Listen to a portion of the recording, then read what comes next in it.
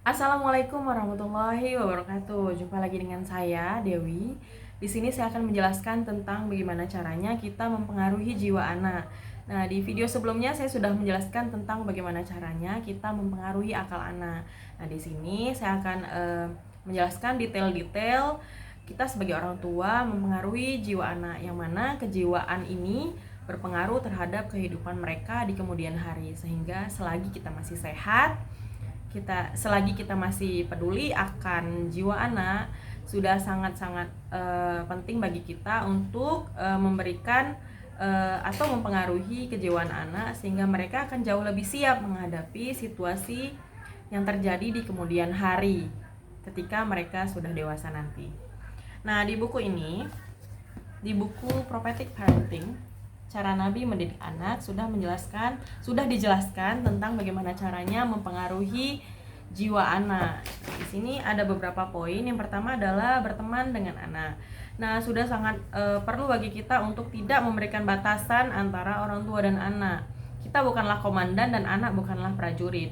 Sehingga kita harus menempatkan diri kita untuk menjadi seorang teman, seorang sahabat bagi anak kita sendiri, sehingga mereka akan jauh lebih nyaman, nyaman berteman dengan kita, dan mereka akan jauh lebih terbuka kepada kita.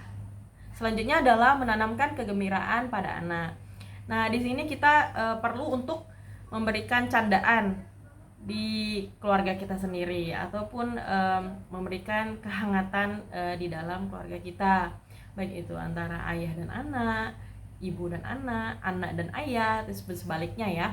Nah, jadi dengan menanamkan kegembiraan pada anak akan jauh lebih nyaman di rumah mereka sendiri dibandingkan di luar sana, baik itu di sekolah ataupun di rumah temannya, seperti itu. Selanjutnya adalah mengadakan perlombaan dan memberikan hadiah pada pemenang. Nah, di sini mungkin jika teman-teman sudah memiliki anak yang lebih dari satu, mungkin ini bisa diterapkan.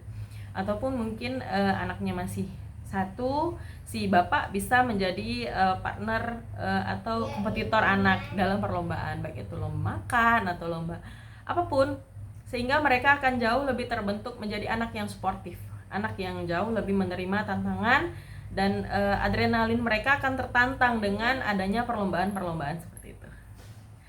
Dan selanjutnya adalah memotivasi dan mendukung potensi anak. Kita yang dewasa mungkin bisa memilih motivator kita siapa, tapi anak tidak bisa memilih, dan kitalah satu-satunya yang harus menjadi motivator mereka. Jika kita bisa melihat potensi anak ini di suatu bakat, kita bisa memberikan semangat bagi mereka, ataupun motivasi mereka agar mereka akan jauh lebih fokus dan juga jauh lebih mendalami bakat yang mereka sukai, seperti itu. Jadi kita harus memotivasi mereka selalu. Selanjutnya adalah memberikan pujian dan sanjungan. Nah, di sini mungkin teman-teman yang memiliki anak yang tidak terlalu, istilahnya memiliki nilai akademik yang tidak terlalu tinggi, jangan sampai kita merendahkan mereka, karena itu akan berpengaruh terhadap mereka. Jadi seperti apapun hasil belajar mereka, jangan lupa untuk dipuji dan disanjung. Karena dengan begitu mereka akan jauh lebih serius lagi dalam melakukan apapun. Mereka akan jauh lebih tertantang untuk bagaimana caranya mereka akan selalu dipuji, dan mereka akan jauh lebih percaya diri terhadap nilai-nilai yang mereka punya. Jadi mereka akan jauh lebih bersemangat dalam belajar. Selanjutnya adalah bermain bersama anak. Nah, di sini kita sebagai orang tua, tugas kita adalah bagaimana caranya anak ini tumbuh menjadi anak yang memiliki jiwa yang sehat, sehingga kita sesibuk apapun kita, jadikanlah diri kita agar selalu ada di samping anak. Nah, sebisa mungkin. Jadi ketika mereka makan ataupun bermain ataupun belajar, pastikan kita ada di sisi anak. Tidak harus lama, yang pasti anak itu bisa nyaman bahwa kita peduli dengan mereka. Kita pastikan mereka tahu bahwa kita sangat sayang kepada mereka. Selanjutnya adalah menumbuhkan rasa percaya diri anak.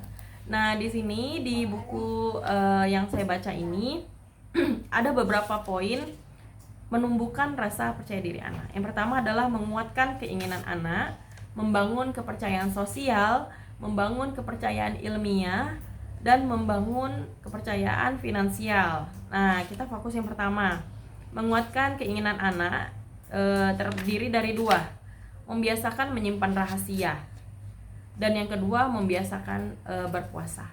Nah, di sini untuk menjadikan mereka anak yang bisa menyimpan rahasia itu sedikit susah-susah gampang ya. Jadi kita sebagai orang tua harus memahami betul bahwa apa-apa saja yang perlu mereka simpan dan apa-apa saja yang boleh mereka beritahu ke orang lain.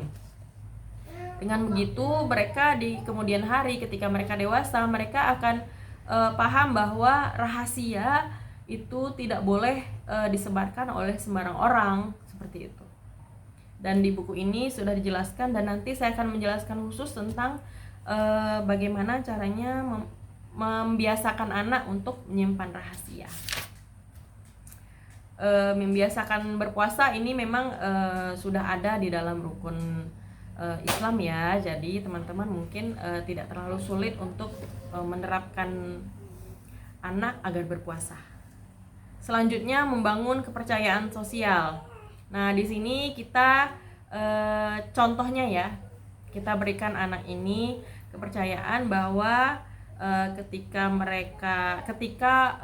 ayah dan ibu pergi sebentar keluar, kita minta mereka untuk membereskan kamarnya, dan kita berikan mereka kepercayaan sehingga mereka akan jauh lebih bertanggung jawab akan tugas-tugas mereka. Nah, disitulah yang disebut membangun kepercayaan sosial.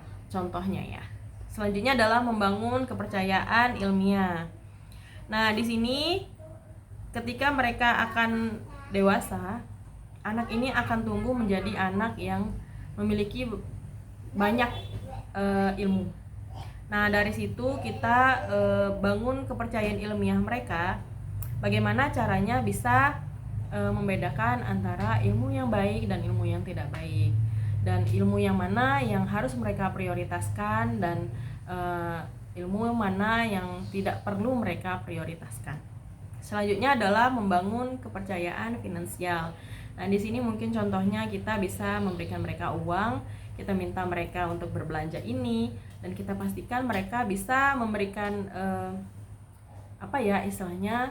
penjelasan bahwa uangnya untuk ini, beli ini, dan kembaliannya segini, seperti itu.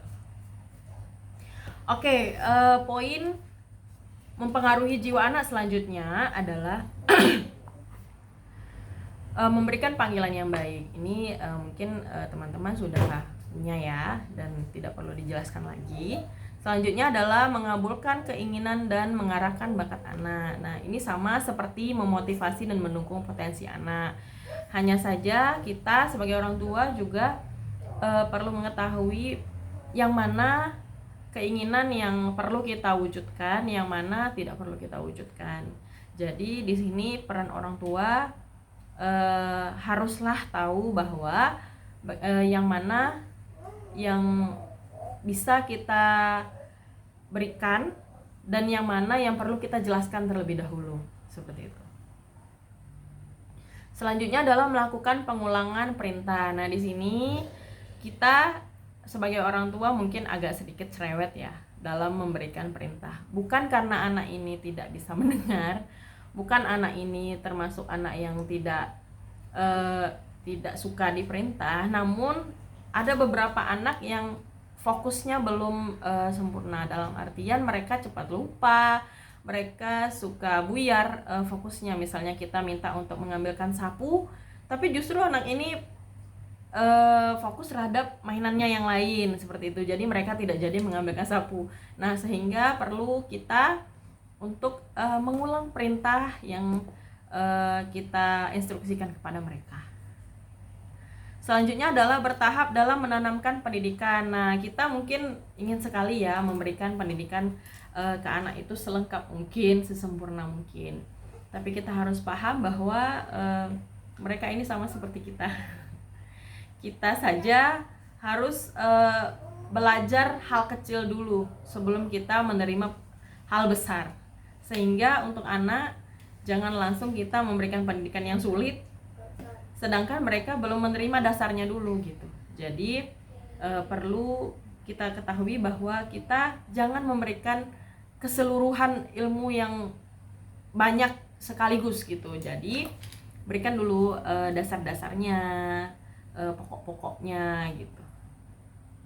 Dan yang terakhir, memberikan janji dan ancaman. Nah, di sini Rasulullah Shallallahu Alaihi Wasallam sudah menjelaskan dan ada beberapa hadis tentang janji-janji yang Nabi jelaskan terhadap anak-anak ketika di zaman Rasulullah.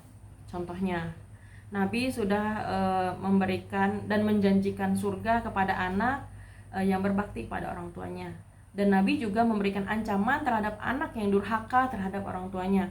Dan sudah sangat perlu bagi kita untuk meniru apa yang disebutkan Nabi Muhammad SAW terhadap anak kita. Jadi tidak salah ya jika kita memberikan janji dan ancaman terhadap anak kita. Tapi dalam hal syariat Islam, jangan dalam hal yang di luar syariat Islam, karena mungkin dengan ancaman yang terlalu banyak anak ini akan jauh lebih takut untuk melangkah seperti itu. Nah, jadi itulah poin-poin yang bisa kita lakukan sebagai orang tua untuk mempengaruhi jiwa anak.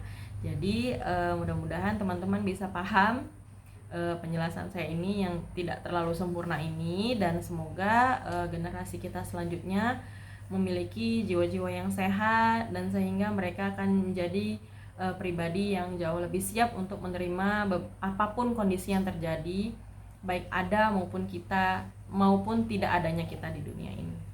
Oke, sekian dulu. Terima kasih atas perhatiannya. Assalamualaikum.